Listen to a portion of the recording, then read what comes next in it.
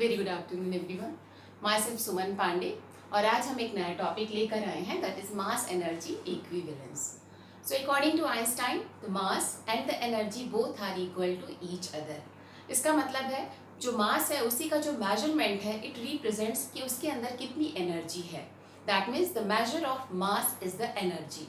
मतलब अगर हमारे पास दो टाइप के ऑब्जेक्ट है, एक पहला आपका 5 kg का, दूसरा 10 kg का ऑब्जेक्ट है, तो 10 kg ऑब्जेक्ट के बराबर इससे जितनी एनर्जी निकलेगी it is greater than the energy produced by 5 kg of object. That means the measure of mass is the energy equivalence to it. Clear है? तो अगर हमने मान लीजिए m kg का एक ऑब्जेक्ट है m kg का और उसको हमने एनर्जी में कन्वर्ट कर रहा, तो जो एनर्जी प्रोड्यूस होगी that is E is equals to mc square is called mass energy equivalence relation। Clear है? तो हम ये प्रूफ करेंगे कि E is equals to mc square। तो देखेंगे इसका प्रूफ जो है वो कैसे है। सबसे पहले हमें क्या पता है कि जो टोटल एनर्जी होती है किसी भी ऑब्जेक्ट की, this is sum of rest energy या फिर हम इसी को बोलते हैं potential energy and kinetic energy. Okay, kinetic means जब पार्टिकल मूव होने लगा तो उसके साथ काइनेटिक एनर्जी एसोसिएट होती है और अगर वो रेस्ट में है तब उसके साथ रेस्ट एनर्जी। तो rest energy it is not responsible to increase the total energy, क्योंकि रेस्ट में है उसकी जो एनर्जी रहेगी वो कांस्टेंट रहेगी। लेकिन अगर पार्टिकल मूव होता है तो काइनेटिक एनर्जी जो है वो भी गेन होती है, कुछ ना कुछ काइनेटिक एनर्जी इंक्रीज होती है। That depends on velocity. इसका मतलब वेलोसिटी अगर बढ़ती है तो काइनेटिक एनर्जी बढ़ेगी। That means the increase in kinetic energy is only the responsible to increase the total energy. And जो काइनेटिक एनर्जी है वो किस पे डिपेंड कर रही है, कितनी वेलोसिटी से बढ़ेगी। तो हम यही चीज को क्या करेंगे, that is the classical relation. लेकिन यही चीज हम क्या करेंगे, रिलेटिविस्टिक काइनेटिक एनर्जी निकाल के भी जब प्रूफ करेंगे। So relativistic kinetic energy is also responsible to increase the total energy which depends on mass of the object, because the mass is not rest mass, that means it will also increases with increasing velocity। mass is not constant यहाँ पे, क्योंकि relativistic mass की अगर हम बात करें तो वो एक constant value नहीं है बल्कि डिपेंड कर रही है velocity पे। तो velocity अगर बढ़ेगा तो mass भी बढ़ेगा।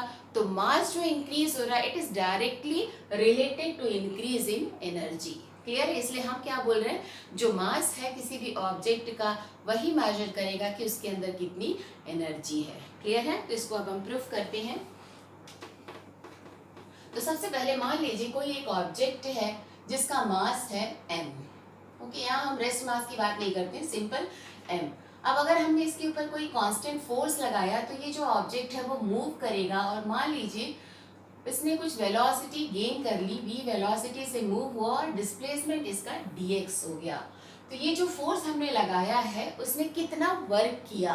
सो work done by force, work done by force that is equals to, बहुत स्मॉल डिस्प्लेसमेंट है क्योंकि हमने क्या किया है, जो फोर्स लगाया है बहुत थोड़ा सा फोर्स है जिससे ये स्मॉल डिस्प्लेसमेंट ही होगा। तो small work done is equals to, हम लेते हैं suppose dw। So now this work done is equals to gain in kinetic energy. Kinetic energy में कितना इंक्रीज हुआ है वो रिप्रेजेंट करता है। So that is also equals to gain in kinetic energy which is equals to f dot dx, जितना force है into displacement. ये क्या है, that is the total work done by force, जो हमने फोर्स f अप्लाई किया है। और यही किसके इक्वल है, increase in kinetic energy, gain in kinetic energy that is f dot dx। Clear है? सो नाउ अब हमें क्या पता है, according to Newton's second law of motion, second law of motion हमें क्या पता है, जो फोर्स है it is rate of change of momentum, change of momentum. Clear है? तो मान लीजिए मोमेंटम अगर p है so this is dp by dt और हमें पता है मोमेंटम क्या होता है, p is equals to mv।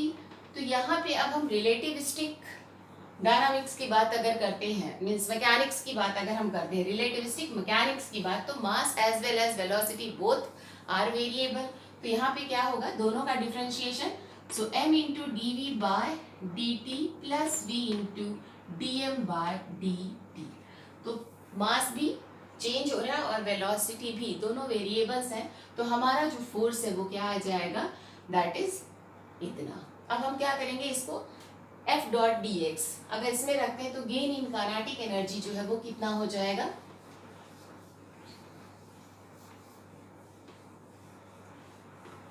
therefore gain in kinetic energy, so gain in kinetic energy that is dk is equals to f की वैल्यू रखेंगे f dot d x, f हमारा कितना आया m into d v by d t plus v into d m by d t and dot d x. अब हम D x को अंदर लाएंगे और थोड़ा सा रीअरेंज करेंगे। So d x by d t into d v plus v d x by d t into d m. Okay, now since v is equals to d x by d t, ये हमें पता है। Therefore अब क्या आ जाएगा, dk is equals to m, ये आ गया v dv plus v into v, so v square dm। So now suppose this is equation number 1। कितना काइनेटिक एनर्जी जो है वो गेन हुई, so gain in kinetic energy. Now अब हमें और क्या पता है, जो ऑब्जेक्ट का मास है वो भी वेलोसिटी के साथ चेंज होता है, वो इंक्रीज होता है। So according to variation of mass with velocity, okay, with velocity, ये होता है रिलेशन हमारा m is equals to m naught which is rest mass 1 minus v square by c square. अब हम क्या करेंगे, दोनों साइड स्क्वायर कर देंगे। So squaring on both sides,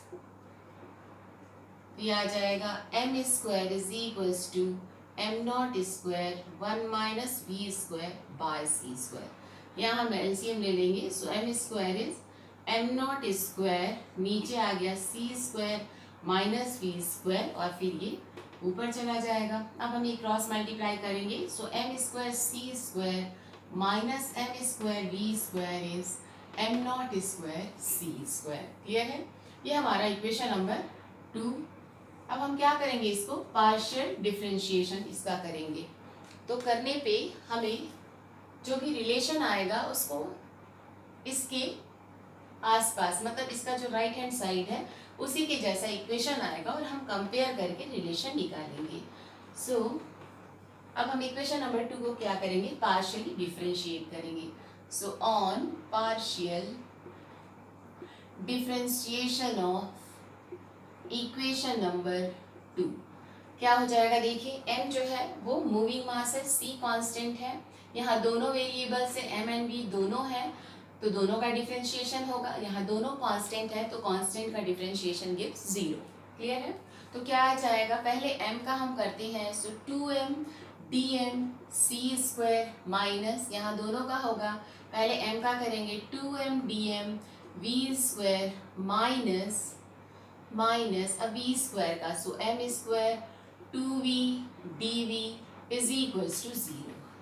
अब देखेंगे 2m जो है सबसे कॉमन आ जाएगा। सो 2m को कॉमन लेंगे तो यहाँ बचा c square dm minus v square dm minus mv dv is equals to 0। ये नीचे जाके 0 हो जाएगा और बचेगा क्या, c square dm is equals to, अब इसके जैसा हम बना लेंगे equation. So mv dv plus v square dm। So now suppose this is equation number 3। Okay, तो हम क्या करेंगे, इक्वेशन 1 एंड 3 दोनों को कंपेयर करेंगे। तो देखेंगे क्या आएगा, ऑन कंपेयरिंग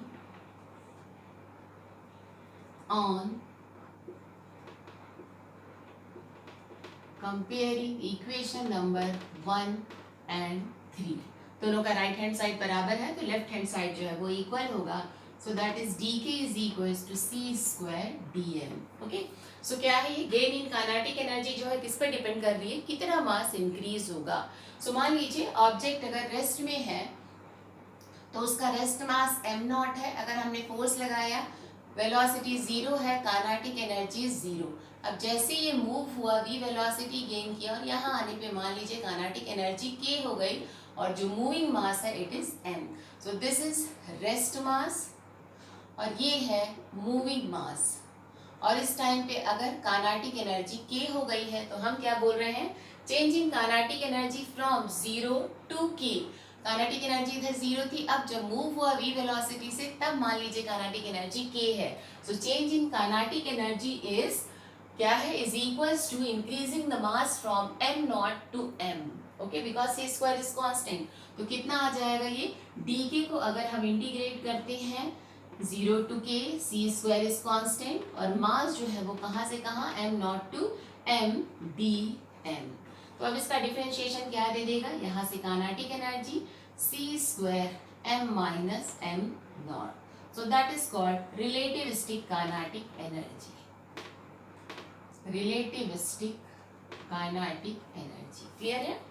तो जो रिलेटिविस्टिक काइनेटिक एनर्जी वो डिपेंड किस पे कर रही है, मास पे। m naught is a constant, m is a moving mass which is m naught by √1 minus v square by c square. So here v is the variable. So velocity जैसी हम increase करेंगे मास increase होगा। सो अगर मास increase होता है तो kinetic energy increase होगी, clear है।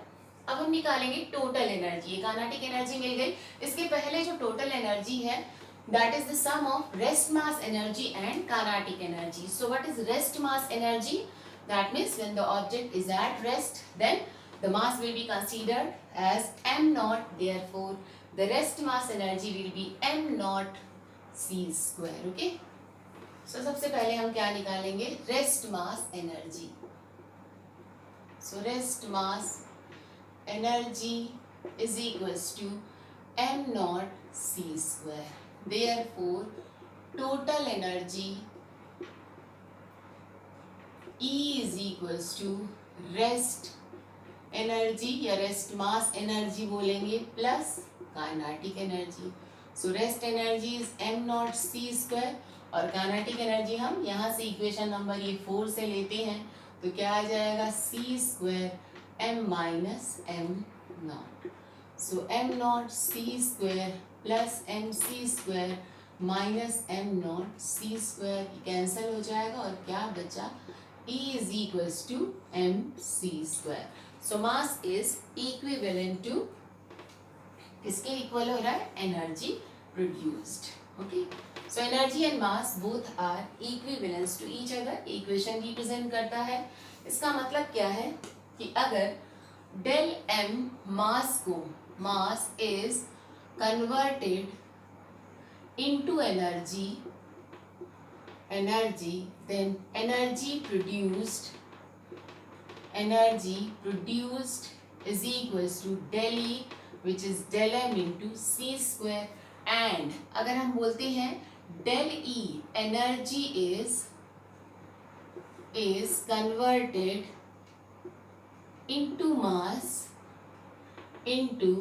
mass, then मास जो है वो कितना आ जाएगा, then del m, that is del m mass जो है इसके corresponding that is del e by c square. Okay, so that is called mass energy equivalence, clear है। तो ये जो है एग्जांपल हम कहाँ देखते हैं कि मास जो है एनर्जी में कन्वर्ट हो रहा है, एनर्जी मास में। So mass is converted into energy. ये जो है हमारा that is called pair annihilation. ये हम समझाएंगे एनिहिलेशन, जहाँ पे जो है मास कन्वर्ट होता है एनर्जी में and energy is converted into mass is called pair production. Okay, pair production. So that is pair annihilation में मास जो है it is completely converted into energy and जब energy is converted into mass is the example of pair production. Clear है, तो इसको समझाते हैं हम कैसे होगा। तो सबसे पहले पेयर एनिहिलेशन में आते हैं। एनिहिलेशन का मतलब समाप्त कर देना, खत्म कर देना। इसका मतलब है जो मासेस है वो पूरी तरह से खत्म हो जाएगा और पूरा का पूरा मास is converted into energy. Clear है। तो कौन, पॉजिट्रॉन और इलेक्ट्रॉन, दो न्यूक्लियर पार्टिकल्स हैं ये।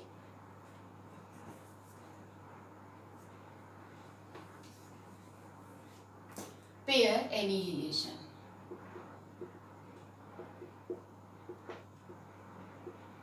क्लियर है? इसमें क्या होता है, मास इज कन्वर्टेड इनटू एनर्जी।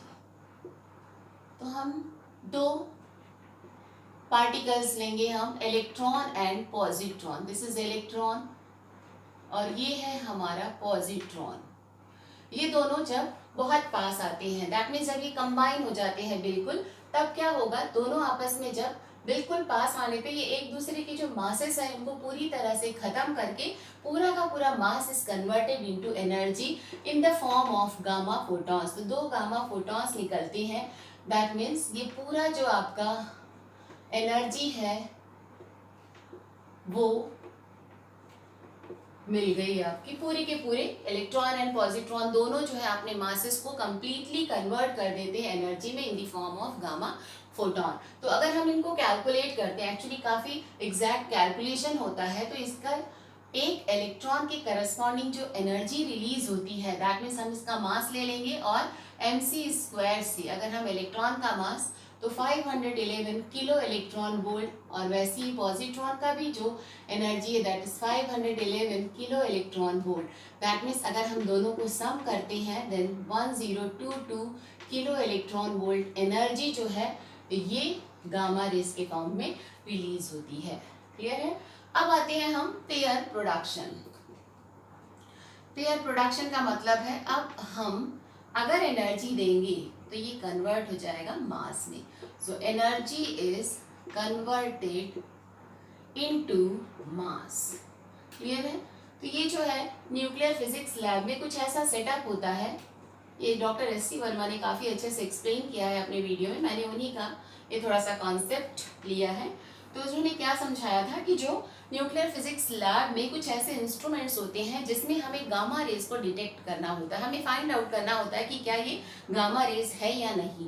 तो इसके लिए हम क्या करते हैं, गामा रेज को हम कुछ यहाँ पे मटेरियल्स होते हैं उनके ऊपर हम इंसिडेंट कराते हैं। तो मान लीजिए हमने गामा रेज कितनी इलेक्ट्रॉन वोल्ट की, 1022 किलो इलेक्ट्रॉन वोल्ट की अगर हमने गामा रेज डाली है मटेरियल के ऊपर, तो ये जो है प्रोड्यूस करेगा एक इलेक्ट्रॉन और एक पॉजिट्रॉन। क्लियर है? तो इसी से क्या समझ में आएगा कि पूरी जो energy it is converted into मास। तो हमें दो, एक क्या मिलेगा, इलेक्ट्रॉन और एक मिलेगा positron. So that is the pair production. Pairs का प्रोडक्शन हो रहा है by giving energy. So that is the conversion of energy into mass. Clear है? तो ये pair annihilation and pair production that represents the mass energy equivalence relation. Clear है? So that is, ऐसे बहुत से एग्जाम्पल्स हैं, लेकिन जनरली जैसे न्यूक्लियर फिशन एंड फ्यूजन आते हैं हम, तो न्यूक्लियर फिशन में क्या होता है जनरली, जो यूरेनियम 235 है ये मास इज कन्वर्टेड इनटू एनर्जी है।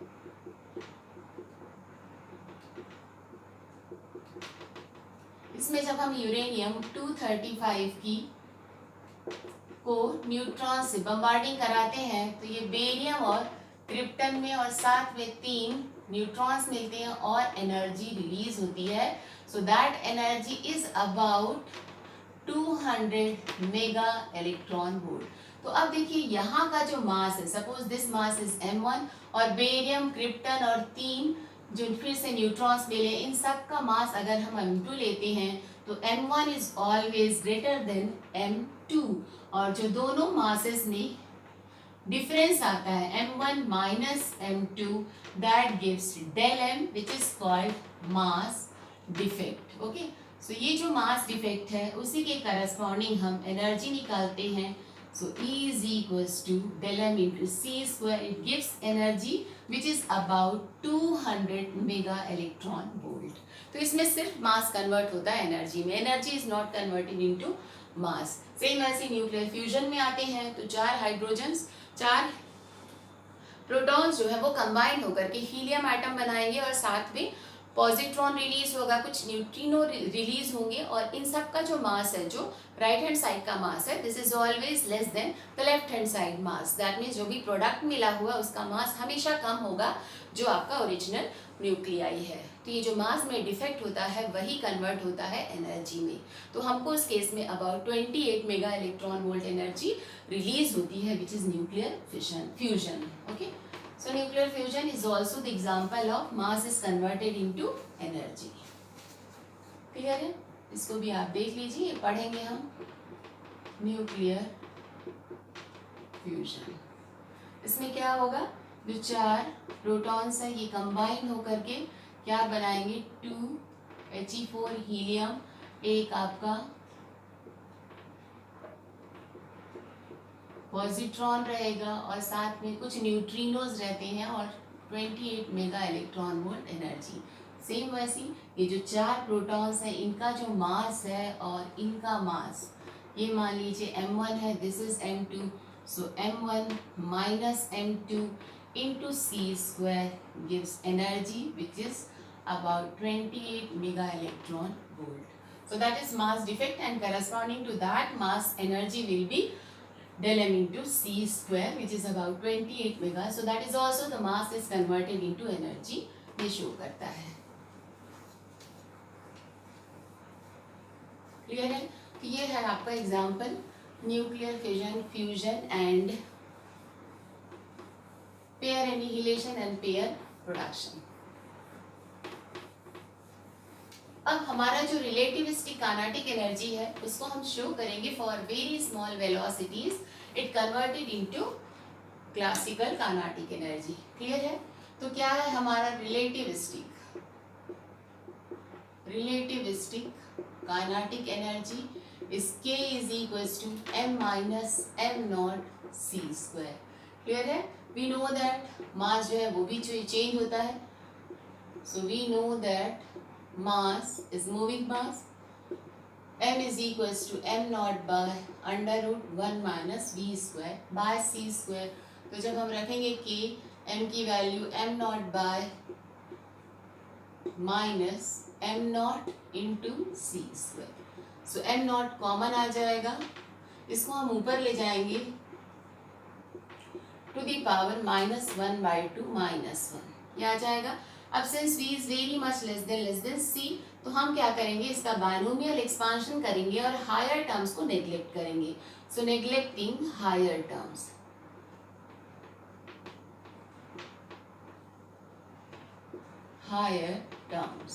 सिर्फ हम स्टार्टिंग की 2 टर्म्स रखेंगे। तो क्या आ जाएगा इसका बाइनोमियल एक्सपांशन से 1 plus v square bye 2c square minus 1, तो ये कैंसिल हो जाएगा। सो m naught c square v square by c square, ये c स्क्वायर कैंसिल हो गया, सो mv that is relativistic kinetic energy is converted into classical kinetic energy. तो classical kinetic energy में हम m लेते हैं, m मीन्स मास जो कि चेंज नहीं होता, यहाँ पे चेंज ना होने वाला मास कौन सा है, रेस्ट मास है। तो काइनेटिक एनर्जी हम क्या बोलेंगे, क्या है classical kinetic energy, 1/2 m naught v square. Clear है? So for very small velocities the relativistic kinetic energy is converted into classical kinetic energy, that is 1/2 m naught v square। Clear है? इसके बाद हम कुछ और रिलेशन निकालेंगे, energy and momentum के बीच में क्या रिलेशन है। ये सब रिलेटिविस्टिक की बात कर रहे हैं हम, relativistic energy and relativistic momentum के बीच में क्या रिलेशन है।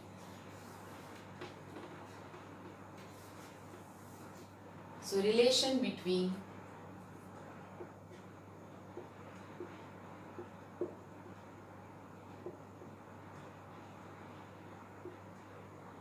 Energy and momentum. क्लियर है? सो हमें क्या पता है, इसका रिलेशन जो आएगा e square minus p square c square is m naught square c to the power 4। Okay, हमें क्या पता है, वी नो दैट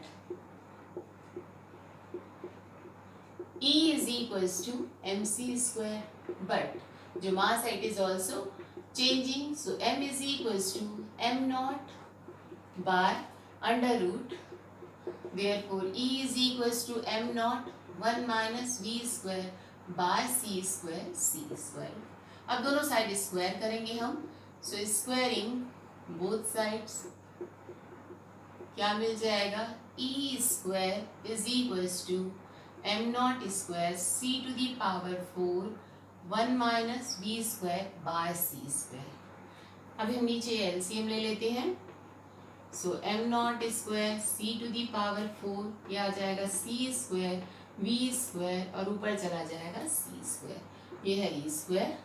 अब इसको क्रॉस मल्टीप्लाई करेंगे, so e square c square minus e square v square is equals to m naught square c to the power 6। Okay, 4 और 2 दोनों ले लीजिए 6। सो अब ई स्क्वायर सी स्क्वायर, अब यहाँ ई की वैल्यू फिर से रखेंगे हम, तो एम बी का square into v square is m naught square c to the power 6,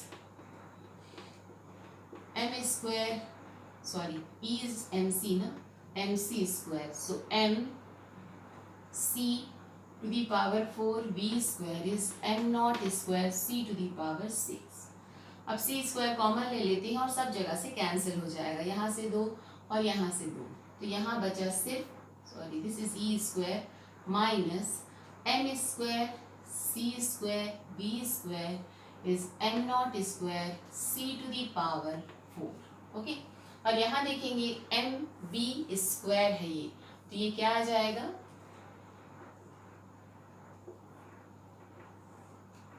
यहाँ आते हैं हम, क्या हो जाएगा देखिए, ई स्क्वायर माइनस ये हमारा एम स्क्वायर बी स्क्वायर और फिर c square is equals to m naught square c to the power 4 और ई स्क्वायर ये जो है हमारा क्या हो गया, पी स्क्वायर हो गया। ओके,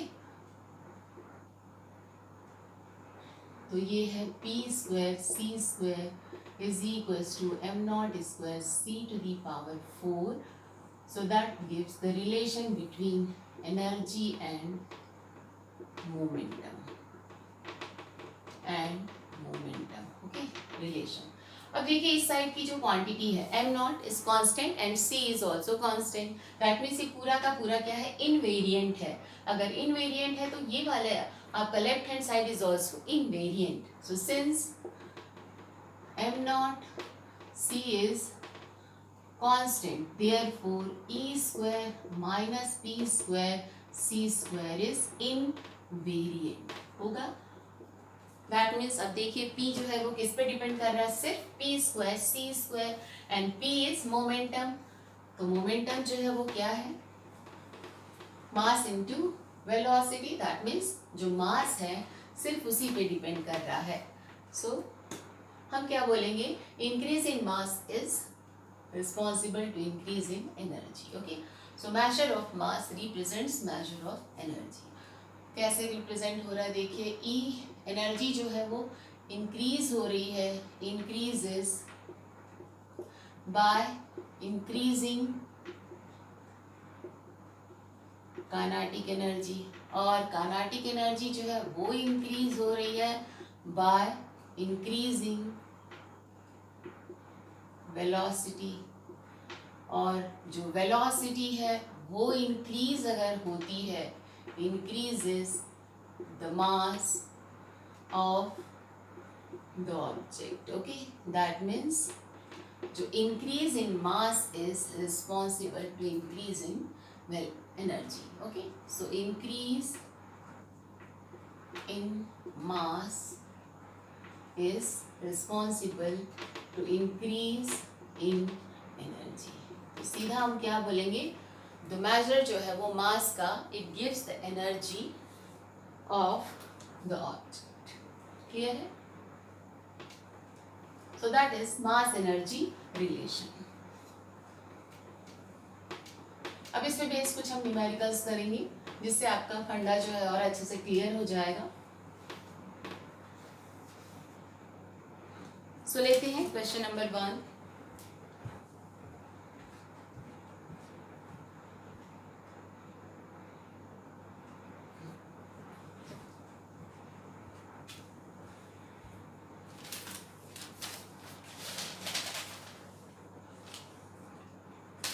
हम दोनों से रिलेटेड लेंगे, मास एनर्जी रिलेशन ये वाला, and then mass variation with velocity, दोनों पे बेस्ड रहेंगे। क्वेश्चन नंबर 1 सबसे पहले लेते हैं, the total energy of the particle is exactly twice लेते हैं, suppose twice of its rest energy, find the speed। Okay, हमें स्पीड फाइंड आउट करना है, ऐसी बहुत सिंपल सी। सो गिवन क्या दिया हुआ है, सबसे पहले हम सोल्यूशन में क्या बोल रहा है, जो टोटल एनर्जी है that means E is equals to twice of its rest energy. So rest energy E naught लेते हैं, so E is equals to, E की वैल्यू कितनी होती है mc square, so twice into m naught c square, thrice है ये, जैसा भी लेना चाहे चलेगा, ये आप कैलकुलेट कर लेना। फिर ये c स्क्वायर कैंसिल हो जाएगा, सो जो m मिल गया इट इज 2m नॉट। हमें निकालना है velocity, we know that mass is m naught by 1 minus v square by c square 2m naught. तो जब ये आप कैलकुलेट करेंगे तो वेलोसिटी जो एक्चुअली थ्राइस लेके चला है तब इसका आंसर है ऐसा, आप भी थ्राइस ले लीजिए।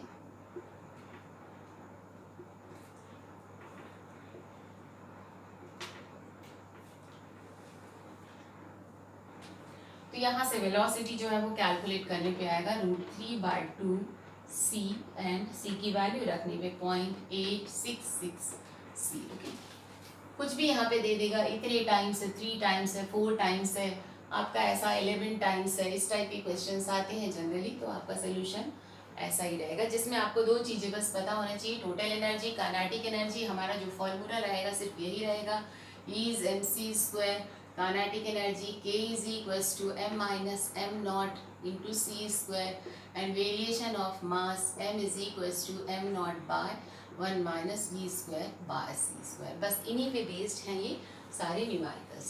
क्लियर है? तो आंसर आ जाएगा। नाउ नेक्स्ट क्वेश्चन देखते हैं।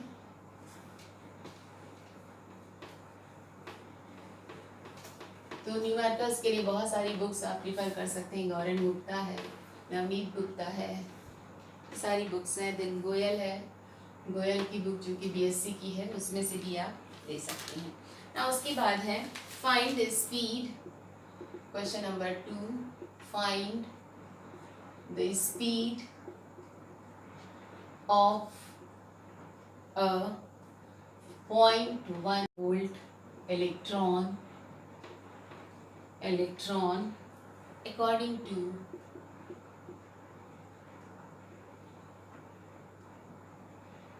according to classical and relativistic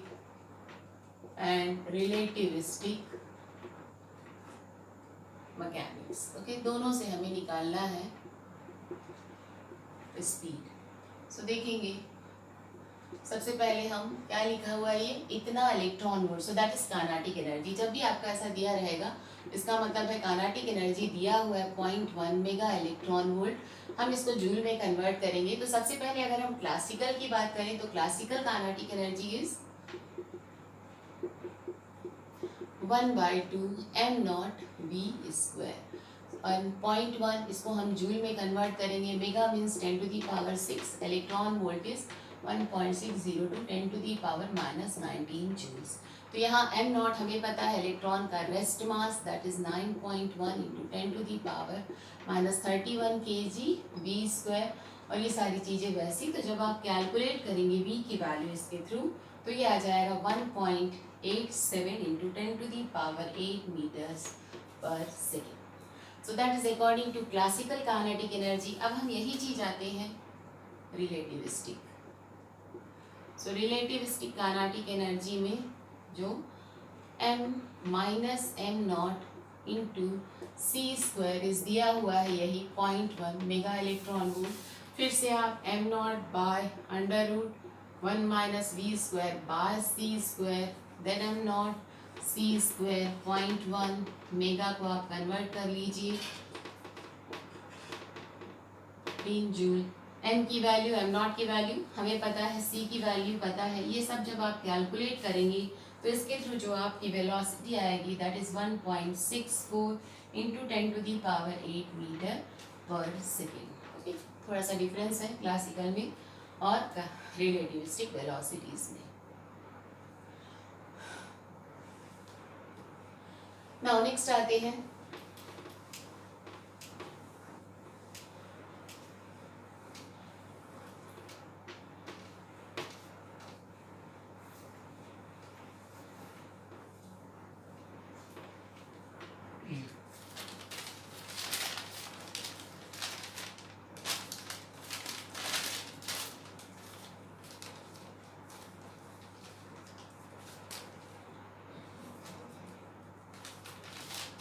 same वैसी जैसे आपका टोटल एनर्जी है वैसी ही काइनेटिक एनर्जी दिया हुआ है। इफ द काइनेटिक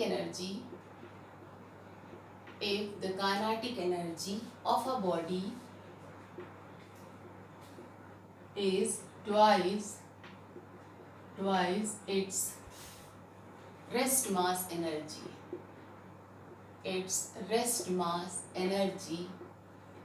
then हमें फाइंड करना है वेलोसिटी। ओके, तो काइनेटिक एनर्जी दिया हुआ है कितना, सबसे पहले आप given kinetic energy is twice its rest mass energy m naught c square. और काइनेटिक एनर्जी क्या होती है, c square is 2 m naught c square. तो ये हमारा आ जाएगा एम सी स्क्वायर, इसको इधर लाएंगे तो 3 एम नॉट सी स्क्वायर, ये कैंसिल हो जाएगा और आएगा m is equals to 3m not.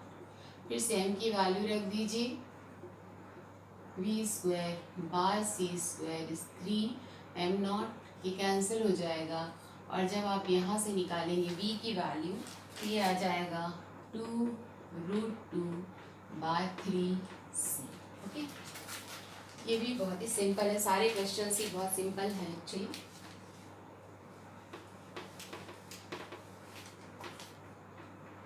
Next देखेंगे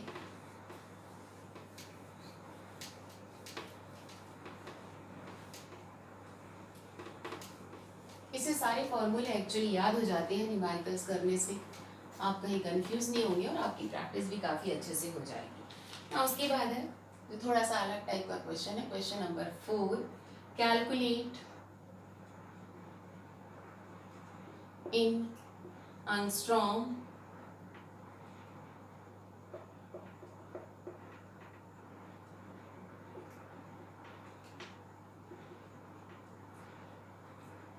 wavelength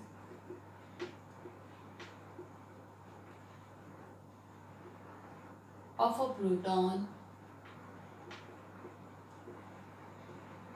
a proton whose quantum energy is equal to the rest energy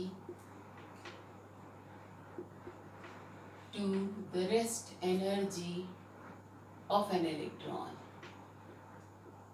okay, calculate करना है एंगस्ट्रॉम में वेवलेंथ को of a proton. Okay, proton है जो कि दिया हुआ है क्या, whose quantum energy is equals to the rest energy of electron। Okay, so rest energy of electron same वैसे ही आपका क्वांटम एनर्जी कितनी होती है, h nu. So E is equals to h nu is called quantum energy. Okay, और जो rest energy है E is equals to m naught c square. तो दोनों जो है क्या है, ये इक्वल है बोल रहा है अगर, that means h nu is equals to m naught c square. So h nu is c by lambda, हमें लैम्डा निकालना है, m naught c square so यहाँ से एक c कैंसिल हो जाएगा, हमें निकालना है lambda. So lambda is equals to h by m naught c. h की वैल्यू रख दीजिए 6.62 10⁻34 joule second divide by m naught. Mass लेंगे हम, इलेक्ट्रॉन का मास के इक्वल था, तो एम नॉट 9.1 इंटू 10⁻31। सी की वैल्यू रख दीजिए 10⁻8। तो ये जब लैम्डा आप कैलकुलेट करेंगे, इसको आप एंगस्ट्रॉम में चेंज करेंगे 10⁻10 लेकर के, तब आएगा ये 242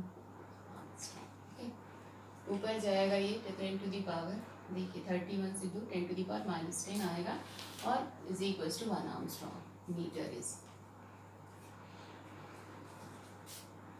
क्लियर है।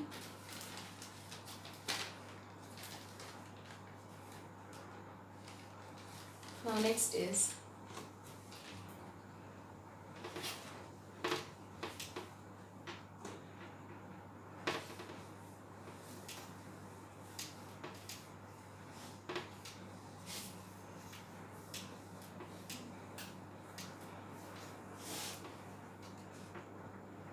question number 5. The mass of a moving electron, the mass of a moving electron is 11 times its rest mass. ये बहुत सिंपल सा क्वेश्चन है, its rest mass. Find its kinetic energy and momentum. Okay, so solution क्या given है, जो मास है m moving mass, it is 11 times it's rest mass. So same वैसे ही हम पहले v निकाल लेंगे, is 11 m not.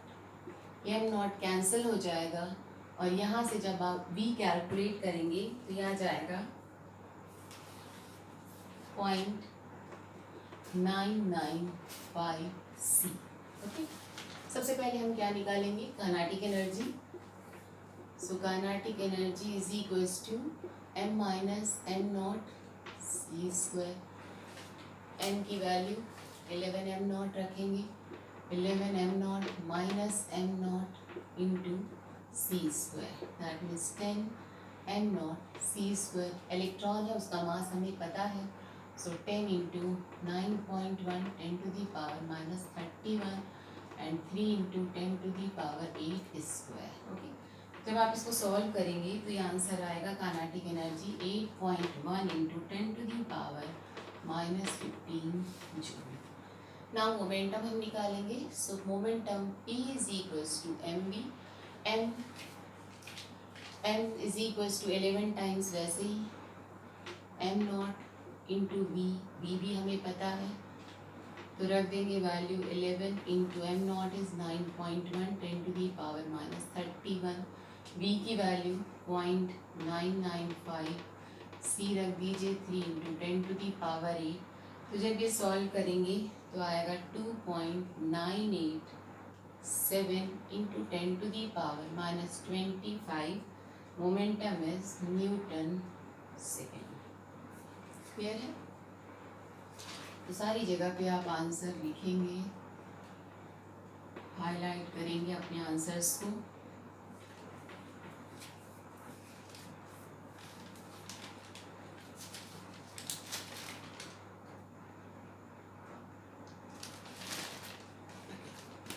Next question number 6।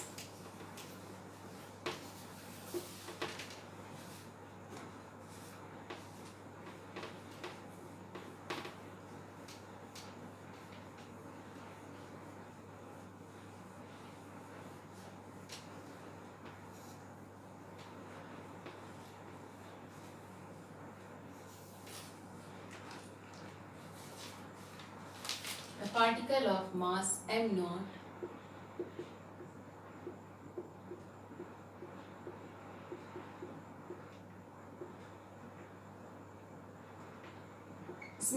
Directly दिया हुआ, उसकी वैल्यू नहीं दिया है कुछ भी। Moves with speed c by √2, ये दिया हुआ है। Calculate its mass, moving mass means, then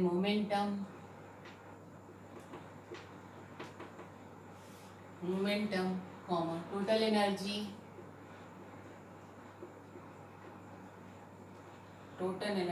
and kinetic energy clear है। सो m नॉट दिया हुआ है, हम सीधे पहले मास निकालेंगे। So m is equals to m naught by 1 minus v square by c square. यहाँ हम v की वैल्यू रख देंगे 1 माइनस वी सी बाय √2 का स्क्वायर बाय सी स्क्वायर। तो जब आप ये कैलकुलेट करेंगे तो आ जाएगा ये √2 m not, that means 1.41 m not, क्योंकि m नॉट की फॉर्म में आएगा। तो ये आपका पहला आ गया मास। नाउ सेकेंड है हमारा momentum. So momentum is p is equals to mv। m जो है हमारा यहाँ से हमने ले लिया है, सो पॉइंट या √2 m नॉट, और जो v दिया हुआ है कितना c बाय √2, ये कैंसिल हो जाएगा, सिंपल आ जाएगा m naught c। Now third is momentum के बाद है total energy. E is equals to mc square, clear है।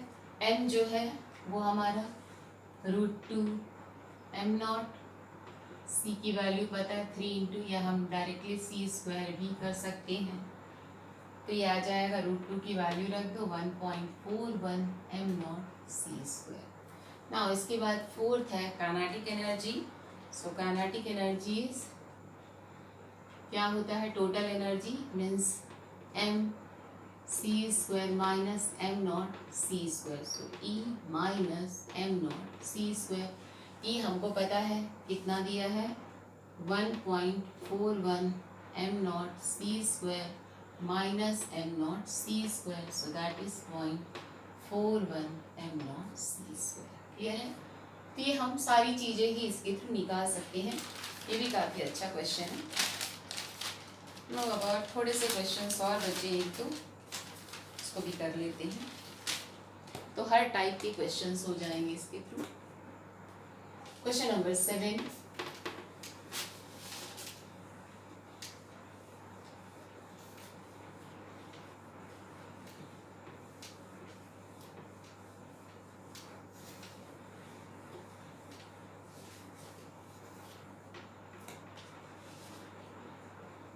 ये बहुत सिंपल सा क्वेश्चन है। Eight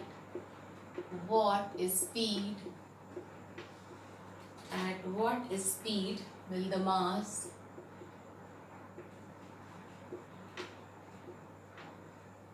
of a body is 2.25 times its rest mass?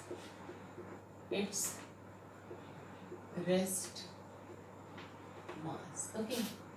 तो कितनी स्पीड पे जो मास है वो 2.25 मास किसका, रेस्ट मास के टाइम्स हो जाएगा।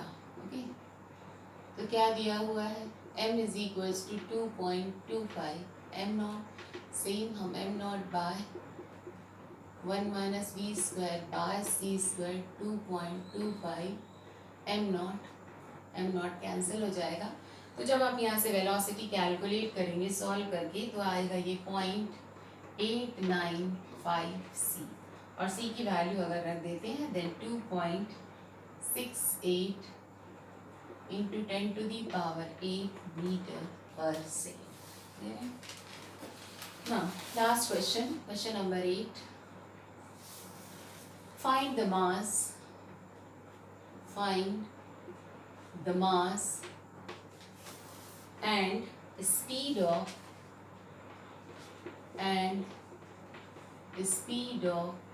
2 mega electron volt electron. Okay, ये इलेक्ट्रॉन की काइनेटिक एनर्जी दी हुई है, आपको निकालना है मास और स्पीड। सो क्या दिया हुआ है, kinetic energy is 2 mega electron volt, that means m minus m naught c square. ये दिया हुआ है 2 मेगा मीन्स 6 इलेक्ट्रॉन वोल्ट को कन्वर्ट कर लीजिए इंटू 10⁻⁻19 जूल से, और m की जगह हम क्या रखेंगे, m naught by 1 minus v square by c square minus m naught c square. ये आपका पूरा देख लीजिए। m नॉट हमें पता है, rest mass of electron that is 9.1, सी भी पता है। ये सब आप जब कैलकुलेट करेंगे तो जो v की वैल्यू आएगी इससे दैट इज 2.93 इंटू 10⁻8 मीटर पर सेकेंड। क्लियर है? तो ये आ गया वेलोसिटी। हमें क्या निकालना है, मास एंड स्पीड, है ना। मास जो है वेलोसिटी अगर पता चल गया है then mass is equals to, therefore mass is m naught by √1 minus v square by c square. Values रख देंगे आप 10⁻31 बाय 1 माइनस वी की value 2.93 into 10⁻8 divide by 3 into 10⁻8 इसका स्क्वायर। तो जब ये सॉल्व करेंगे तो जो मास है वो आएगा 45.5 इंटू 10⁻31 kg। ये है, ये आपका मूविंग मास। तो ये कंप्लीट होते हैं इस पे बेस्ड सारे न्यूमेरिकल्स और मास एनर्जी इक्विवेलेंस। ये हमारा टॉपिक आज कवर होता है। तो लास्ट आपका एक टॉपिक बचा है दैट इज डॉपलर्स इफेक्ट, ये हम नेक्स्ट टाइम करेंगे। ओके।